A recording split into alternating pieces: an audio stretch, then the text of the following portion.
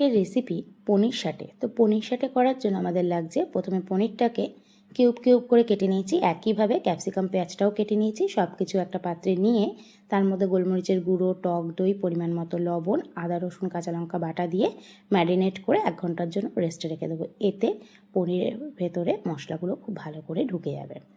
আর খুব হালকা হাতে নাড়াচাড়া করবেন, না তো কিন্তু পনিরগুলো ভেঙে যেতে পারে। দেখুন আমি ম্যারিনেট করে নিচ্ছি, রেডি। এবার 1 ঘন্টার জন্য রেস্টে রেখে দেবো ঢেকে। 1 ঘন্টা পরে স্টিক করে নেব। আর স্টিক করছে আমার ভাই। প্রথমে একটা পেঁয়াজ, তারপরে একটা ক্যাপসিকাম, তারপরে তার উপরে পনির, তারপরে আবারও পেঁয়াজ ক্যাপসিকাম, এইভাবে করে করে লেয়ার করে করে স্টিক রেডি। এইবার একটি পাত্রে কর্নফ্লাওয়ার, ময়দা, বেসন, গোলমরিচের গুঁড়ো, পরিমাণ মতো লবণ আর একটা ডিম দিয়ে দেবো। দিয়ে সব কিছু একসাথে মিক্স করে নিয়ে অল্প অল্প জল দিয়ে একটি ঘন ব্যাটার তৈরি করে নেব।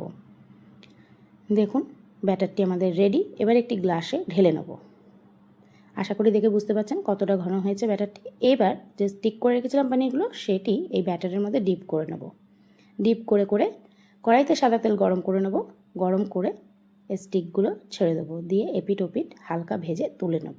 দেখুন ভেজে নিচ্ছি, ভেজে তুলে নিয়েছি। এদিকে কড়াইয়ের মধ্যে আবারও একটু সাদা তেল দিয়ে তার মধ্যে দিয়ে দিলাম রসুন কুচি। রসুনটা হালকা লাল হয়ে গেলে দিয়ে দিলাম টমেটো সস, তারপর দিয়ে দেবো soya sauce, green chilli sauce, red chilli sauce দিয়ে কিছুক্ষণ নাড়াচাড়া করব। তারপরে দিয়ে দেবো এর মধ্যে একটু মধু, দেওয়ার পরে একটু জল দিয়ে দেবো, দিয়ে ফুটতে দেবো। হালকা ফুটে গেলে তারপরে এই পনির শাটেগুলো দিয়ে টস করে নেব। এপিট ওপিট নিলেই রেডি হয়ে যাবে আমাদের পনির শাটে। তো কেমন হয়েছে রেসিপিটি অবশ্যই জানাবেন। ভালো লাগলে লাইক কমেন্ট শেয়ার করে দেবেন। বানিয়ে খান, বানিয়ে খাওয়ান, এনজয় করুন। আর ভীষণ কিন্তু টেস্টি হয়, একবার অবশ্যই ট্রাই করবেন। ভিডিওটি ভালো লাগলে লাইক কমেন্ট শেয়ার করে দেবেন। ধন্যবাদ।